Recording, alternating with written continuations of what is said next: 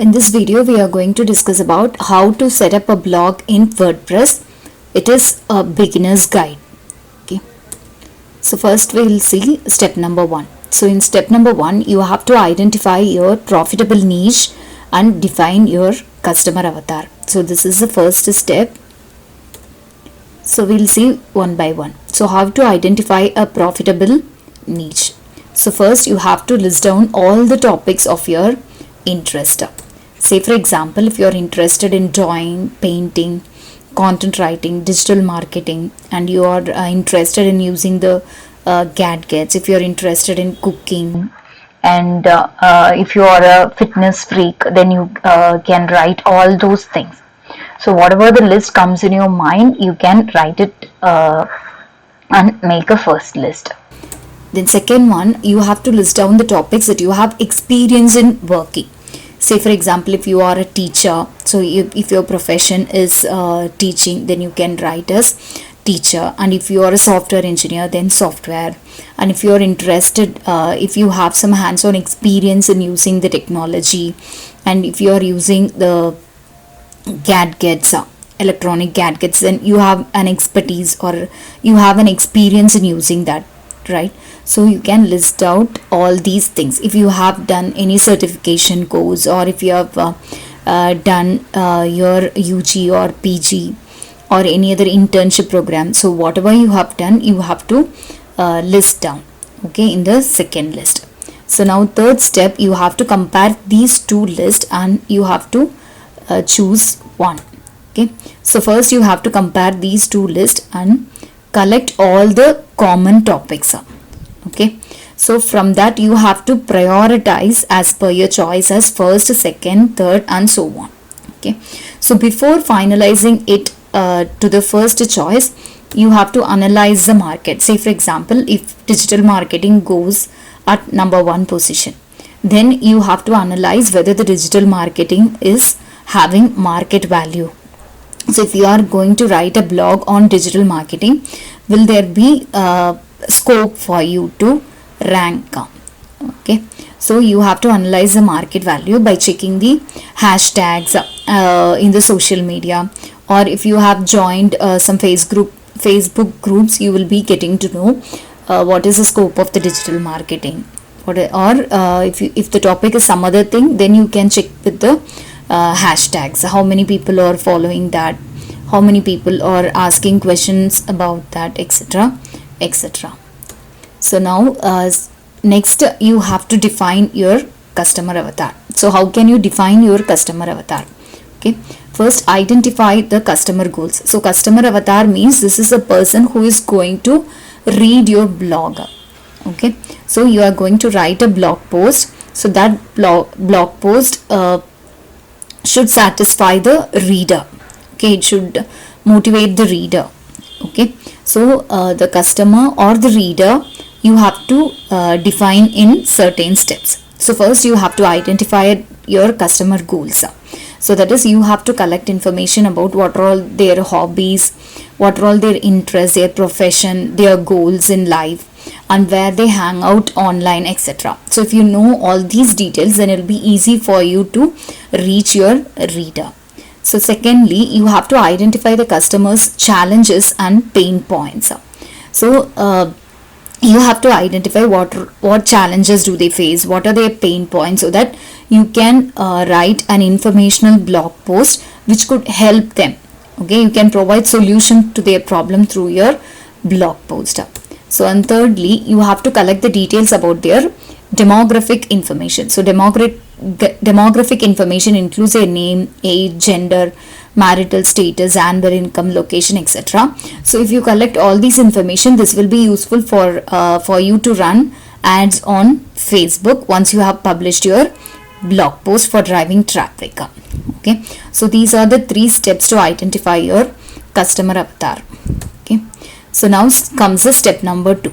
In step number 2, you have to choose a perfect domain name and get a reliable hosting. Okay, so now we'll see some tips to choose a domain name. So how to choose a domain name for yourself? So your domain name has to be catchy and short. Okay, So next, it has to be very easy to pronounce and simple to type, because the readers will be of different literacy levels.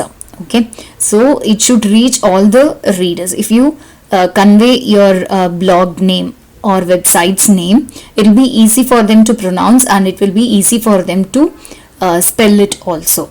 Okay, then you can use combinations of your first name and last name. So example, johnsmith.com. Okay, and then as a general rule, always choose a .com extension. If it is not available, in that case you can go for other extensions like .net, .org, .blog, .in, etc. Okay, so try to add small words like the, my, etc. Okay, say for example, my blog on pets.com. Okay, and then you should not use any spaces or punctuations in your domain name apart from dash. Only dash is allowed. So you can choose your domain name like this, John Smith. Okay, so if johnsmith.com is not available, in that case you can go for John-Smith, or if you are going for a general name, names like blog on pets, and if it is not available, in that case you can try it by adding a small letters or words to it, like the, my, etc. Okay, so now how will you choose your hosting? Okay, your hosting services should be highly reliable.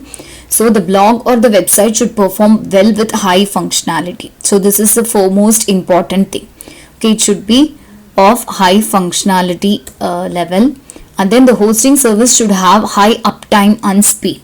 Okay, so the readers will not be having any patience to wait for your website or the blog page to get loaded. So it should be loaded within a fraction of seconds.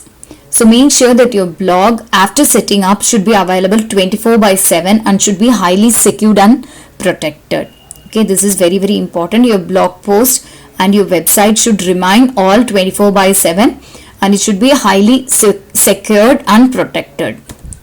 And ensure whether the hosting provides reliable and quick customer support on call or chat. So this is also equally important. A customer support should always be there.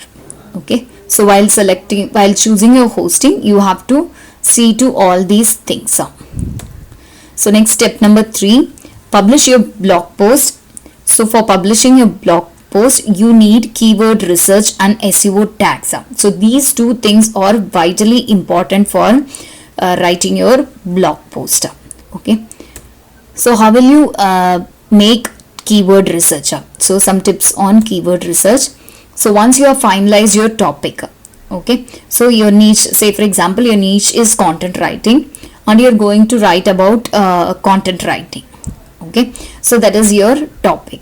So once you have finalized your topic, you can put your topic in Google and analyze what people are asking for. So if you type your keyword in on Google, it will give you some suggestions. Okay, and if you scroll down, you will be finding a column wherein you will be having what people are asking for. Okay, so that you have to make note of it, and then you have to scroll down and come to the end of that particular first page of the Google search engine. Then you will find related keywords there. So you have to collect those keywords also. So you have to collect all these keywords and you have to include in your content. So otherwise you can use another tool called Keywords Everywhere. It's a Chrome extension. So by using this tool, you can collect all the related keywords. So instead you can use all-in-one SEO tool. So I have given a link in the description box for an all-in-one SEO tool called SE Ranking. So this is one of the budget-friendly tools. So being a beginner, we can use this tool. It's a free tool. It gives you a 14-day free trial. Okay, so you can use this tool for your keyword research. So once you have done with your keyword, you have to include them while writing your blog post, so that the search engines will find it easier to identify your blog post. When the people are searching for those particular keywords which you have entered in your blogs, then it will be easy for the search engines to recommend your blog post. Okay, and it will help you in the future also to improve your ranking. So next we'll see how you can include SEO factors. What are all the factors you have to consider while writing a blog post? So first one, you should always focus on long tail keywords. That is, a keyword should comprise of 3 to 4 words. So, say for example, if you are writing about content writing, as I said earlier, so instead of keeping the keyword as content writing, so you can include content writing for beginners or step-by-step procedure for content writing. So like that you can add some keywords so that the blog post will become informational and it covers the long tail keyword category. So then you have to use the keywords naturally in your blog post without stuffing it unnecessarily. So just for the purpose of adding keywords, you should not keep on adding it, but you have to keep it natural. And then you have to include title, tag and meta description. This can be done with the help of a plugin. Once you have installed your website on WordPress, you can install a plugin which will help you for the SEO, to add your title, your meta description, etc. So each in your title tag also you should include your focus keyword. Similarly, in meta description also you have to include your focus keyword, and similarly include image alt text. Okay, if you are including some images in your blog post, in that particular image we have an option for including alt text. Okay, so in that also you have to add your focus keyword, and then you have to give link to the related blog post. So link means you have to give internal as well as external linking. Okay, this will improve the ranking. And then you have to optimize your blog post for all the devices, especially for mobile devices. Okay, so next, how to write a readable content. So this is one of the important criteria for writing a blog post. So because as we have discussed already, your customer avatar may be the readers who may be of different literacy levels. Okay, so for easy understanding you have to make your content more readable. So how can you write a readable content? You should always use short sentences of 2-3 words, and then include images in between 100 to 150 words. So if you keep on including images in between 100 to 150 words, this will be easy for the readers to get connected. Okay, if you are not including any images and keep on writing, it will they will feel monotonous. Okay, it will give engagement to your reader. And always use an active voice. Active voice is more straightforward. Okay, so it will be if you write in an active voice, the readers will feel that you are talking to them directly. Okay, so it will give some connection between you and your reader. And then you have to always provide helpful, captivating and inspiring content.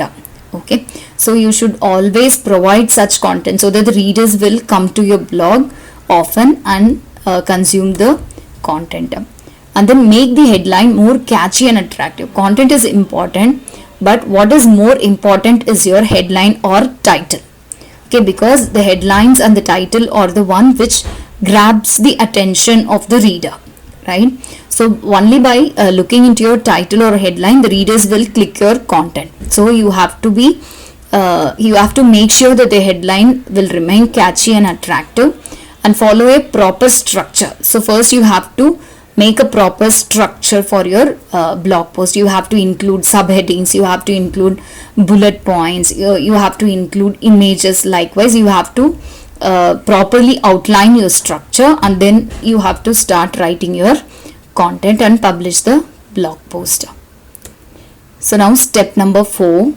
In step number 4, once you have published your blog post, you have to drive traffic to the blog post.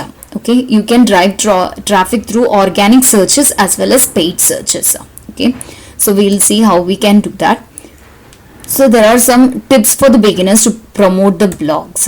Okay, so once you have indexed your blog post on Google, the very next step you need to do is to share it with your friends, family, and in groups, if you have groups in social media like Facebook, WhatsApp or Telegram, etc. So you can share it with your family and friends. So if you do this, you can get the feedback from them, and it will be helpful for you to understand what people are expecting from your blog. And you have to add your blog URL to your bio in various social media platforms like Instagram, Facebook, LinkedIn, Twitter, etc. So you have to create your profile, and in the bio you have to link your URL. And then consider repurposing your content. Once you have published your blog post, you can repurpose your content. That is, you can create a short form of your content, and then you can publish it in some other platforms like medium.com, LinkedIn, etc. But you have to link back to your blog post. So you can write an outline of the blog post in 100 to 150 words, and then you can direct the readers to go to your blog post for getting idea about the blog. Similarly, you can repurpose your content in different forms like videos, infographics, audio files, graphics, slideshow presentations, and publish them on various platforms which support these content. Okay, so this way you can do. And here comes the traffic driving. Okay, so driving traffic through organic is very, very crucial, but it is not a short-term process. It's a long-term process. It's difficult also. So you need to somehow show consistency and create high quality content. You should always maintain your quality, and at the same time you have to be consistent in publishing your blog post. Alternatively, you can promote your blog post using paid ads on Facebook and Google also. So paid media would help you to gain more traffic before you achieve the traffic through the organic searches, right? So the last but not the least one is to build your email list. So you have to identify the regular visitors of your blog and collect their email addresses so that you can notify them once you have published your content. Okay, so now we'll see how we can increase the traffic, organic traffic to your blog post. So this is for a long term. It's a long term process. You should have consistency and patience also. So for getting the organic traffic, you should always focus on creating informational content for your readers. So as I said earlier, so you have to provide some form of informational content. Okay, you can provide guide, step by step procedure, manual, tutorial, etc. So which will be beneficial for your readers. And then you have to be consistent in publishing your content. So you should regularly publish blog post and then create an extraordinary user experience. Make sure that your blog loads faster. It is secure and optimized for mobile devices. Okay, keep optimizing your blog post once you have created, and then try to get backlinks to boost your strength. So these backlinks is the link which is in which you are providing additional information for your readers to help them with more information, right? In that case, your backlink should be of high quality. So in long run, this will boost your ranking. So now comes the step number 5. So you can start earning through blogging. Okay, so we'll see how you can earn. Okay, there are different ways of making money through blogging. So first one, you can run ads on your blog or website. So Google AdSense is one of the most popular choices for running your ads, but this money, that is the amount, may vary depending upon the clicks. You can promote affiliate products to your blog. You can sell your products or services through your blog, and once your blog gets established, you can get sponsors.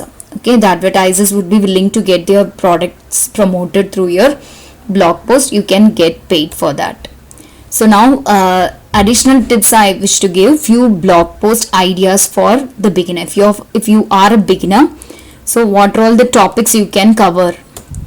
So you can publish listicles or top 10, top 20, etc. lists. So that is top 10 skills a content writer should have, top 10 websites to refer, so etc. etc. and then publish how to do guides.